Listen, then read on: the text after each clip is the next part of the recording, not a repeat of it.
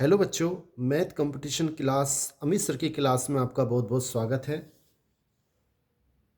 बच्चों, सबसे पहले आप ये समझें कि हमारे टोटल कितने रिक्त स्थान आएंगे बोर्ड एग्जाम में, कौन सी प्रश्नावली में से कितने आएंगे आप अच्छे से समझ लें। प्रश्नावली 2 में से 3 रिक्त स्थान आएंगे,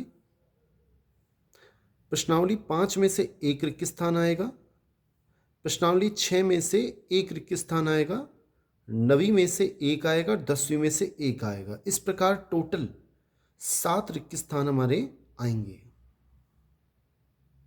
और सिलेबस ब्लूप्रिंट के अनुसार हम तैयारी करें तो हमारा रिजल्ट अच्छा रहता है। इसलिए सबसे पहले ब्लूप्रिंट को अपने दिमाग में डाल लें, कितने क्वेश्चन कैसे कैसे आएंगे, और सफलता का एक ही सूत्र है, बार बार आप रिवीजन करें। मैंने टोटल रिक्त स्थान 20 बनाए हैं, आप बारी बारी से उनको देखें। 20 के 20 मोस्ट हैं, आप उनको जरूर करें। पहला क्वेश्चन इस प्रकार है बच्चों, पहला क्वेश्चन इस प्रकार है कि cos inverse 1/2 plus 2 sign inverse 1/2 का मान क्या है। देखो कैसे करना है। पहले हम देखें कोस में, अगर सारणी देखें 1/2 कितने डिग्री पर आता है, 60 डिग्री पर। यानी कोस इनवर्स 1/2 का मान हो गया 60 डिग्री, और जिसको हम लिख सकते हैं π/3 plus 2 into sine inverse 1/2। 1/2 30 degree पे आता है, जिसको हम लिख सकते हैं π/6, यानी आ गया π/3 प्लस 2 से जब इसको काटेंगे ये भी π/3 हो जाएगा, तो इसका आंसर आ जाएगा 2π/3। ये हमारा आंसर है, यानी कि ये जो रिक्त स्थान है इसमें बढ़ना है 2π/3। नेक्स्ट क्वेश्चन देखते हैं बच्चों। नेक्स्ट क्वेश्चन इस प्रकार है कि sec square tan inverse 2 plus cosec square cot inverse 3, इसका मान क्या है, यह हमें ज्ञात करना है। देखते हैं कैसे करेंगे। देखो बच्चों, मैं इसको ऐसे लिख सकता हूं, एक सूत्र होता है, पहले तो आप सूत्र सुने कि 1 प्लस tan स्क्वायर थीटा बराबर सेक स्क्वायर थीटा, और एक होता है 1 प्लस कोट स्क्वायर थीटा बराबर कोसेक स्क्वायर थीटा। अब देखो सेक स्क्वायर इसको थीटा मान लो, तो सेक स्क्वायर थीटा के स्थान पे क्या लिख सकते हैं, 1 प्लस tan स्क्वायर थीटा। तो इसके स्थान पे लिख सकता हूं मैं 1 प्लस tan स्क्वायर, और थीटा के स्थान पे क्या लिख दूं, tan इनवर्स 2 प्लस, इसी प्रकार कोसेक स्क्वायर ये थीटा है, तो इसका मान क्या आएगा कोस स्क्वायर थीटा का, 1 प्लस कोट स्क्वायर थीटा, और थीटा के स्थान पे क्या लिखेंगे, कोट इनवर्स 3। मेरे ख्याल समझ में आ गया होगा। एक और एक हो गए 2, और इसको मैं लिख सकता हूं tan इनवर्स 2, और 1 और 1 2 हो गए प्लस, और इसको पूरे को मैंने होल स्क्वायर लिख दिया। ऐसे ही इसको मैं क्या लिख सकता हूं, कोट इनवर्स 3 और पूरे पर स्क्वायर। क्यों लिख सकते हैं, क्योंकि बच्चों साइन स्क्वायर थीटा का मतलब होता है साइन थीटा का होल स्क्वायर। अब क्या होगा, 2 प्लस tan इनवर्स हट जाएंगे, 2 बचेगा और 2 का स्क्वायर प्लस, इसी प्रकार इसमें 3 का स्क्वायर, कोट इनवर्स हट जाएंगे, 3 का स्क्वायर। यह आ गया 2 प्लस 4 प्लस 9, 9 और 4 13 और 2 15। ये हमारा आंसर है। इसका मतलब इसमें आंसर क्या आएगा, 15। नेक्स्ट क्वेश्चन देखते हैं बच्चों नेक्स्ट क्वेश्चन है tan इनवर्स 2 कोस 2 साइन इनवर्स 1/2 का मान हमसे पूछा है। सबसे पहले आप tan इनवर्स लिख दें, 2 लिख दें, कोस लिख दें, 2 एज इट इज लिख दें, इनटू, अब आप रुकें, साइन इनवर्स 1/2, यानी कि साइन की सारणी में 1/2 आता है 30 डिग्री पर, और उसे हम लिख सकते हैं π/6। आगे देखें, tan इनवर्स 2 कोस, अगर इसको हम सोल्व करें तो 2 एकम 2, 2 3 6, यानी π/3। tan इनवर्स 2 इंटू कोस, ये 60 डिग्री हो गया, और कोस 60 डिग्री का मान हम पता है 1/2 होता है। फिर सुने, दो एज इट इज, ये कोस 60 है और कोस 60 का मान होता है 1/2। ये आपस में कटेंगे तो इसका मान आएगा tan इनवर्स 1, और tan इनवर्स 1 का मान होता है π/4, यानी कि इस क्वेश्चन का आंसर हो गया π/4। नेक्स्ट क्वेश्चन देखते हैं बच्चों। अब ये क्वेश्चन है बच्चों, ये सीधा सूत्र है, आपको याद रखना है, sine inverse x plus cos inverse x, इसका मान π/2 होता है। इसी प्रकार tan inverse x plus cot inverse x, इसका मान π/2 होता है। और sec inverse x plus cosec inverse x, इसका मान भी π/2 होता है। तो सूत्र से देखें तो tan inverse x plus cot inverse x का मान होता है π/2, तो इसका आंसर हो गया π/2। नेक्स्ट क्वेश्चन देखते हैं बच्चों। बच्चों नेक्स्ट क्वेश्चन इस प्रकार है, साइन इनवर्स साइन 2π/3 का मान क्या होगा। थोड़ा सा आप याद रखें या ध्यान रखें, इसका मान आप 2π/3 ना लिखें। क्यों? क्योंकि हमने अभी पढ़ा था, या मैं अभी सारणी आपको दिखा दूंगा दोबारा से। बच्चों उस क्वेश्चन को करने से पहले एक बार सारणी देखें आप, और इससे क्वेश्चन भी बन सकता है। ये फलन है प्रतिलोम त्रिकोणमितीय फलन, इनवर्स ट्रिग्नोमेट्रिक फंक्शंस, 6 फलन हैं। आप इनके प्रांत और परिसर याद रखें। ये पिछली बार 2024 में पूछा भी गया है कि साइन इनवर्स एक्स का प्रांत क्या है, तो इसका प्रांत होता है -1 से 1, और परिसर याद रखें -π/2 से +π/2। कोस इनवर्स एक्स का -1 से 1, 0 से पाई। Tan inverse cot inverse X का प्रांत r, और परिसर की बात करें तो ये सेम है, बस इसमें छोटा ब्रैकेट है, मतलब -π/2 और +π/2 शामिल नहीं है, ऐसे ये छोटा ब्रैकेट। सेक इनवर्स एक्स की बात करें तो दोनों सेक और कोसेक का प्रांत समान है। परिसर बिल्कुल कोसेक का कोस इनवर्स की तरह है, बस इसमें -π/2, केवल एक π/2 बिंदु हटाना है, एक बिंदु, और इसमें एक बिंदु हटाना है 0। इस सारणी को आप याद करें, 2-3 बार फेरेंगे याद हो जाएगी। अब उस क्वेश्चन को देखते हैं बच्चों। भी क्वेश्चन देखा तो हम ऐसे नहीं लिख सकते इसका आंसर 2π/3। क्यों?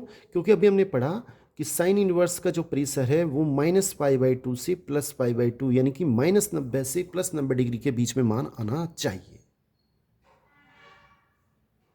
मेरे ख्याल से आपके समझ में आ गया होगा। अब इस क्वेश्चन को कैसे करें आप देखें। देखो मैं इसको ऐसे लिख सकता हूँ, साइन इनवर्स साइन 2π/3 को मैंने लिख दिया π-π/3। क्यों लिख दिया? क्योंकि 2π-π/3 को जब आप हल करोगे, 3 लघुत्तम लोगे तो 3π-π यानी 2π/3, यानी कि 2π/3 को मैंने π-π/3 लिखा है, और लिख सकते हैं क्योंकि इसको जब हल करोगे तो 2π/3 आएगा। और हम ये अच्छे से जानते हैं साइन π-θ का मान साइन थीटा होता है। ASTC से आप चेक कर लें, 11वीं क्लास आपने पढ़ी है। ये दूसरे क्वाड्रेंट में है, दूसरे में साइन पॉजिटिव होता है इसलिए पॉजिटिव आया। 90 का गुणांक सम है इसलिए साइन ही रहा, और लास्ट में थीटा। इसी प्रकार इसकी बात करें तो sine inverse as it is, और साइन π-θ, साइन π-θ का मान साइन थीटा, तो इसका मान क्या हो जाएगा, साइन थीटा मीन्स π/3। ये दोनों हट जाएंगे अब, और इसका आंसर आ जाएगा π/3, यानी अब हमारा आंसर आ गया π/3। तो ये हमारा आंसर है π/3। नेक्स्ट क्वेश्चन देखते हैं बच्चों। नेक्स्ट क्वेश्चन छठा इस प्रकार है, आप देख लें कि मैंने इसे मान लिया ये y के बराबर है कोस साइन x। अब हमसे कह रहा है इसका उकलन करना x के सापेक्ष। बड़ा आसान है, देखो dy/dx x के सापेक्ष उकलन। देखो कोस इसे आप x मान लें, और कोस x का उकलन सब जानते हैं क्या होता है, माइनस साइन x, तो माइनस साइन x के स्थान पे साइन x। फिर सुने, कोस x का उकलन सब जानते हैं क्या होता है, कोस x का उकलन माइनस साइन x। फिर इस x का करते हैं, लेकिन लिखते क्यों नहीं है कि उसका उकलन 1 होता है, लेकिन अब लिखना पड़ेगा। कोस x का माइनस साइन x, फिर साइन x का कोस x। यानी अपना आंसर आ गया माइनस कोस एक्स। चाहे इसे यहीं छोड़ दें या ऐसे भी लिख सकते हैं, कैसे लिख दें, साइन एक्स, ये हमारा आंसर है। तो हम इसे क्या लिखें, इसका आंसर माइनस कोस एक्स और इनटू साइन एक्स, या ये आंसर लिख सकते हैं, ये भी ठीक है। नेक्स्ट क्वेश्चन देखते हैं बच्चों। नेक्स्ट 7वां क्वेश्चन इस प्रकार है कि y बराबर e की पावर कोस एक्स, इसका अवकलन करना है। देखो dy बाई डी एक्स कितना आएगा, बहुत आसान, वही e की पावर, इसे x मान लें, e की पावर x का अवकलन e की पावर x, फिर x का यानी कोस एक्स का क्या आएगा, माइनस साइन एक्स। तो इसका आंसर e की पावर कोस एक्स, फिर सुने, e की पावर कोस एक्स है, e की पावर x का अवकलन क्या होता है, e की पावर x। तो e की पावर कोस एक्स का e की पावर कोस एक्स, फिर x का यानी कि कोस एक्स का माइनस साइन एक्स। तो इसका आंसर आएगा माइनस साइन एक्स इंटू ई की पावर कोस एक्स, ये हमारा आंसर है। लिख देते हैं माइनस साइन एक्स इंटू ई की power cos x. Next question देखते हैं बच्चों। नेक्स्ट क्वेश्चन 8वां इस प्रकार है कि y बराबर हमें दे रखा है लॉग कोस ई की पावर x। कैसे करेंगे, x के सापेक्ष अवकलन पूछ रहा है, log इसको x मान लो, log x का 1/x, फिर x का यानी कि कोस ई की पावर x का माइनस साइन ई की पावर x, फिर x का यानी कि e की पावर x का e की पावर x। फिर सुने, log इसे x मानो 1/x, फिर इसका अवकलन माइनस साइन ई की पावर x, फिर e की पावर x का e की पावर x, फिर x का एक, वो लिखने की आवश्यकता नहीं है। तो इसका आंसर क्या आएगा, माइनस e की पावर x मैंने आगे लिख दिया, इंटू साइन बटा कोस टेन ई की पावर x, ये हमारा आंसर है। माइनस e की पावर x इंटू टेन ई की पावर x, ये हमारा आंसर आ गया। नेक्स्ट क्वेश्चन देखते हैं बच्चों। नेक्स्ट क्वेश्चन इस प्रकार है कि x माइनस वाई बराबर पाई हमें दे रखा है, D Y by D X निकलवा रहा है। क्या करें, differential with respect to x, both side, दोनों ओर x के सापेक्ष अवकलन करेंगे। तो x का अवकलन 1, y का D Y by D X, और पाई अचर राशि है, इसका अवकलन 0 हो जाएगा। D Y by D X को इधर लेके जाएंगे तो D Y by D X का मान 1 आ जाएगा, यानी हमारा आंसर 1 है। ये हमारा आंसर आ गया। नेक्स्ट क्वेश्चन देखते हैं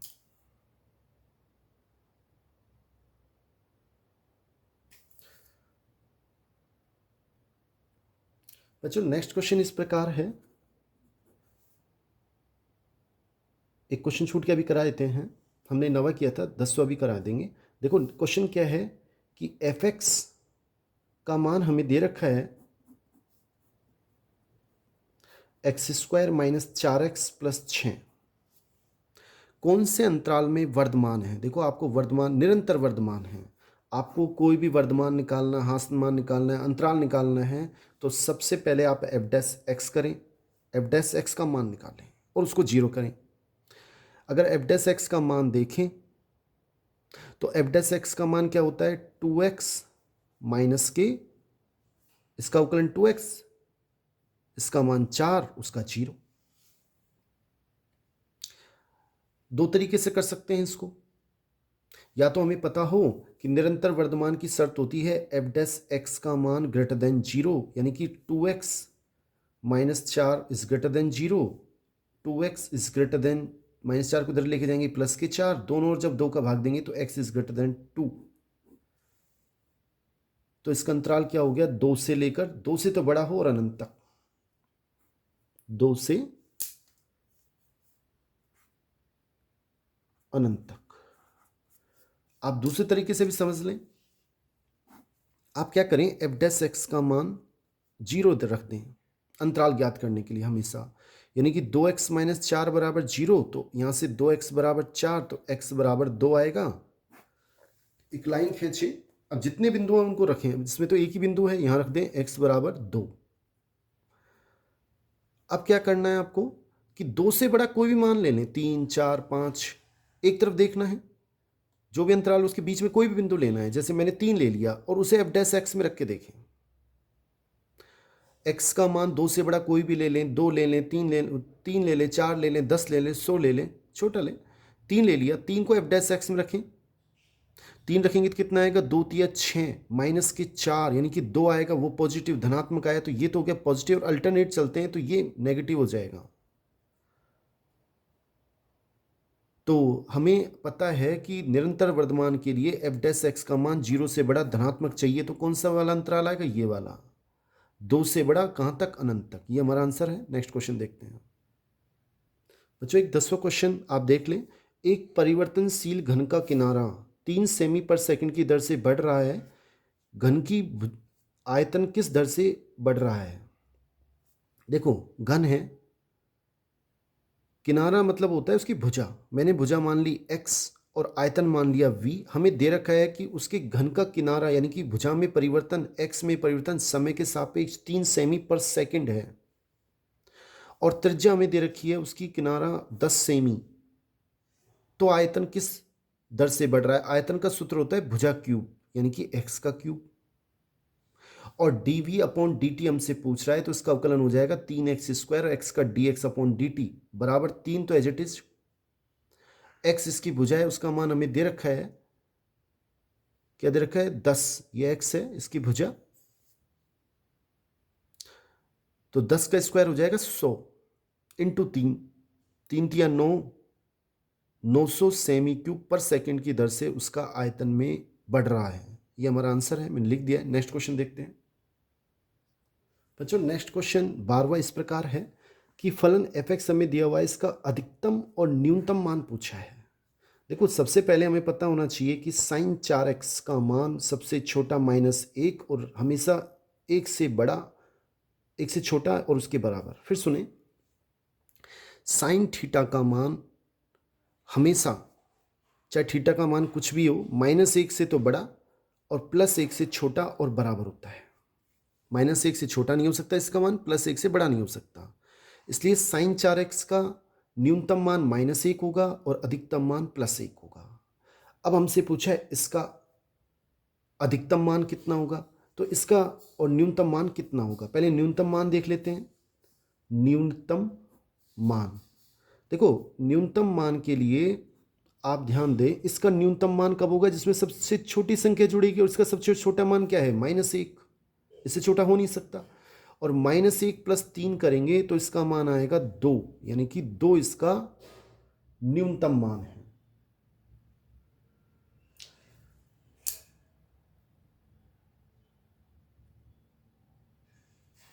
आगे देखें,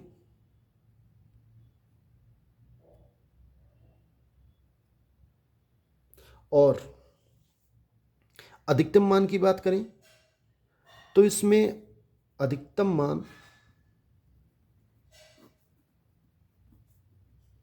इसका सबसे हाईएस्ट मान कितना हो सकता है, अधिकतम 1 + 3 यानी कि 4 का मापांक 4 इसका अधिकतम मान है। तो मेरे ख्याल से आपको समझ में आ गया होगा कि इसका न्यूनतम मान 2 और अधिकतम मान 4 है। नेक्स्ट क्वेश्चन देखते हैं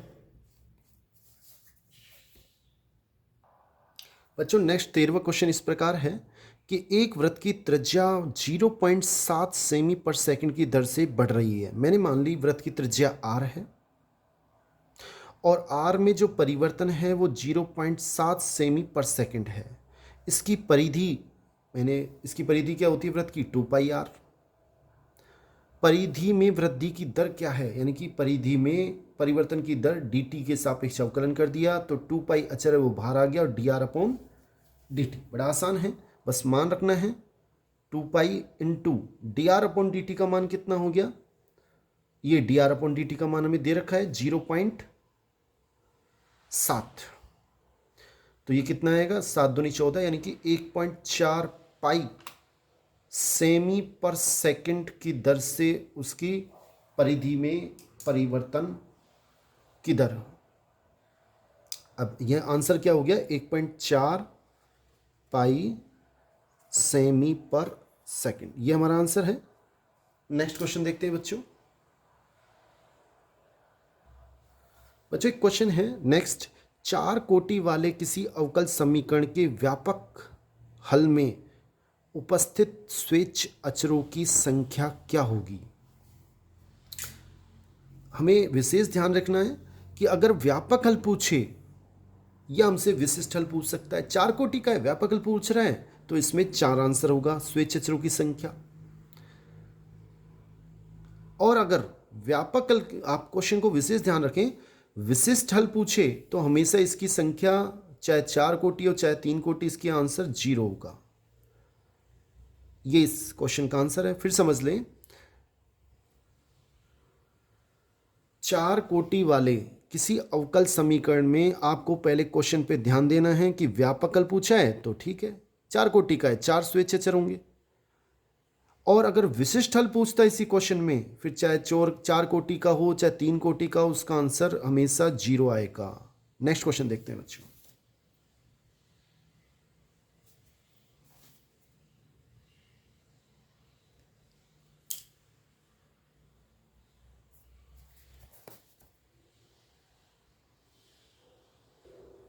बच्चों नेक्स्ट क्वेश्चन इस प्रकार है कि अवकल समीकरण हमें दे रखी है, इसमें कोटि का मान और घात का मान पूछा है। बड़ा आसान है, ध्यान से समझें। एक क्वेश्चन 101% आएगा ऐसा, 101%। पहले अवकल समीकरण में देखें, जो परतंत्र चर है, y परतंत्र चर होता है, x स्वतंत्र चर होता है, कि परतंत्र चर का कितनी बार सबसे ज़्यादा बार अवकलन हुआ है। इसमें देखें तो एक बार अवकलन हो रहा है, इसमें देखें तो एक बार हो रहा है, उसकी घात 2 है। और इसमें y का अवकलन 2 बार हो रहा है, द्वितीय कोटि का है, इसलिए इसकी कोटि कितनी हो जाएगी, 2। जितनी बार सबसे ज़्यादा बार अवकलन हो वो ही उसकी कोटि होगी। और जो 2 कोटि, जैसे इसमें 2 बार अवकलन, इसी की घात आपको देखनी है। अब इसकी घात कितनी है, कुछ नहीं है, तो एक वही अवकल समीकरण की घात होगी। यानी इस क्वेश्चन की कोटि तो 2 और घात 1 होगी। ये हमारा आंसर है। नेक्स्ट क्वेश्चन देखते हैं बच्चों। नेक्स्ट क्वेश्चन इस प्रकार है कि अवकल समीकरण इतने का समाकलन गुणांक यानी कि IF क्या है। देखो, सबसे पहले इसे रैखिक अवकल समीकरण dy/dx plus py equal to q के रूप में आपको बदलना है। बदलना स्टार्ट करते हैं। उसके लिए dy/dx के साथ गुणा में 1 होना चाहिए, इसमें गुणा में x है, आप पूरी समीकरण में x का भाग दे दें। dy/dx minus 1/x into Y बराबर 2x। अब देखें तो p का मान अगर तुलना करें तो माइनस 1/x हो गया, और q का मान देखें तो 2x हो गया। अब हमसे पूछा है समाकलन गुणांक, जिसे IF भी लिखते हैं, इंटीग्रेटिंग फैक्टर समाकलन गुणांक IF। इसका सूत्र होता है e की पावर p dx, e की पावर समाकलन p dx। तो e की पावर समाकलन p का मान हो गया माइनस 1/x dx। e की पावर माइनस बाहर आ जाएगा और log x, e की पावर माइनस तो बाहर आ गया, 1/x का होता है log x समाकलन। और आपको पता होना चाहिए कि ये जो, इसको मैं ऐसे लिख सकता हूँ, इसकी पावर -1। क्यों लिख सकता हूँ कि log n की घात n आगे आ जाता है, तो जो माइनस है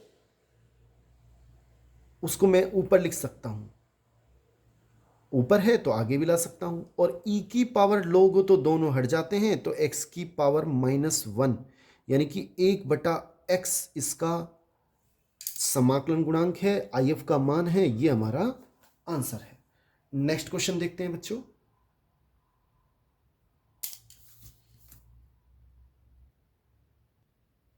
नेक्स्ट क्वेश्चन इस प्रकार है कि सदिश समय दे रखा है, इसकी दिक् कोसाइन ज्ञात करनी है। सबसे पहले ध्यान दें, इसमें दिक् अनुपात i के साथ 1 है, b का मान 2 है और c का मान 3 है। दिक् अनुपात को हम a b c से लिखते हैं, वो ijk के साथ है। अब दिक् कोसाइन निकालना है, L का मान होता है a/√a² plus b² plus c²। a का मान हो गया 1/1 प्लस 4 प्लस 9 यानी कि 1/√14। इसी प्रकार अगर हम m का निकालें तो b/√a² plus b² plus c²। b का मान कितना है इसमें 2, और ये सेम आएगा √14। इसी प्रकार अगर n का मान दिक् कोसाइन lmn होते हैं, इसका मान होता है c बटा, सूत्र वही रहेगा, नीचे √14। तो इसका आंसर क्या आ गया, 1/√14, 2/√14 और 3/√14। ये हमारा आंसर है। नेक्स्ट क्वेश्चन देखते हैं बच्चों। नेक्स्ट क्वेश्चन इस प्रकार है कि सदिश ए सदिश ये हमें दे रखा है का बी सदिश इतने पर प्रक्षेप का मान क्या है। देखो आपको हमेशा ये पर शब्द देखना है, किस पर प्रक्षेप निकालना है। तो हमें ए सदिश का बी सदिश पर प्रक्षेप ज्ञात करना है। तो इसके लिए आपको सूत्र याद रखना पड़ेगा, ए सदिश डॉट बी सदिश, और जिस पर निकालना है उसका मापांक। अगर ए सदिश पे निकालना होता तो ए सदिश का मापांक आता। अब ए सदिश का बी सदिश पर निकालना है तो ए सदिश डॉट बी सदिश, उसका मापांक। ए डॉट बी बड़ा आसान है निकालना, आई के साथ 1, आई के साथ 2, तो 2 एकम 2। 3 को 2 से गुणा करेंगे, 3 दूनी 6।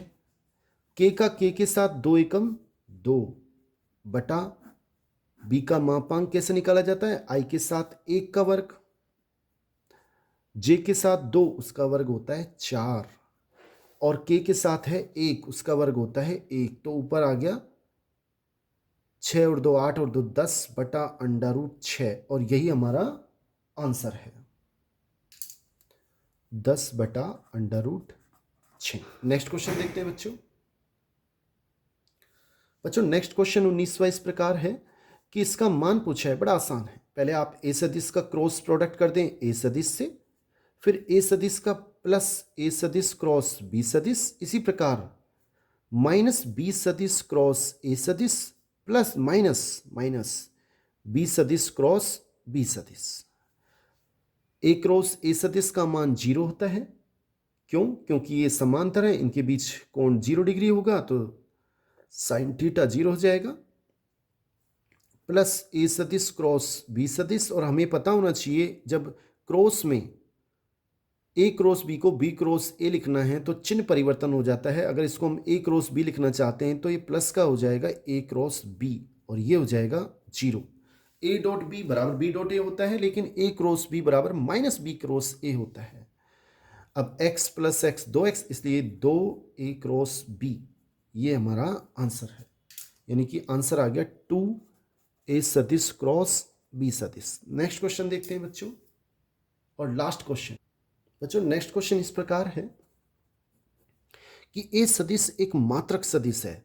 ए सदिश एक मात्रक सदिश है, इसका मतलब इसका मापांक का मान 1 है, यह हमें दे रखा है।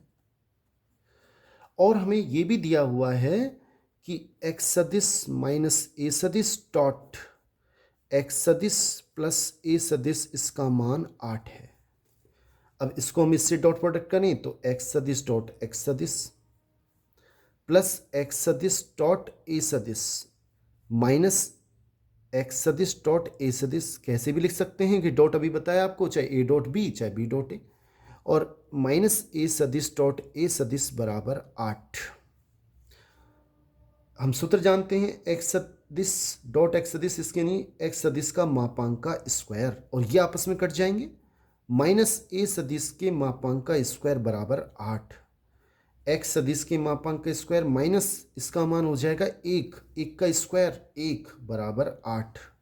तो एक्स सदिश का मापांक का स्क्वायर माइनस 1 जब इधर जाएगा तो 8 और 1 9 हो जाएंगे, और एक्स सदिश का मान हमारे पास आएगा 3। ये हमारा आंसर है। -3 आप बिल्कुल ना लें, ये इसका आंसर 3 रहेगा, क्योंकि -3, क्योंकि मापांक कभी ऋणात्मक हो ही नहीं सकता, इसलिए आपको ये उसका चिन्ह केवल प्लस वाला लेना है, और इसका आंसर होगा 3। बहुत बहुत धन्यवाद बच्चों। चैनल को सब्सक्राइब, लाइक, शेयर अधिक से अधिक करें, जिससे आपके पास अब आने वाले मॉडल पेपर तुरंत पहुंच सकें, और कुछ महत्वपूर्ण वीडियो 12th क्लास के लिए बहुत इंपॉर्टेंट वीडियो आपके पास तुरंत पहुंच सके। इस चैनल को लाइक करें, शेयर करें, अधिक से अधिक शेयर करें। थैंक्स।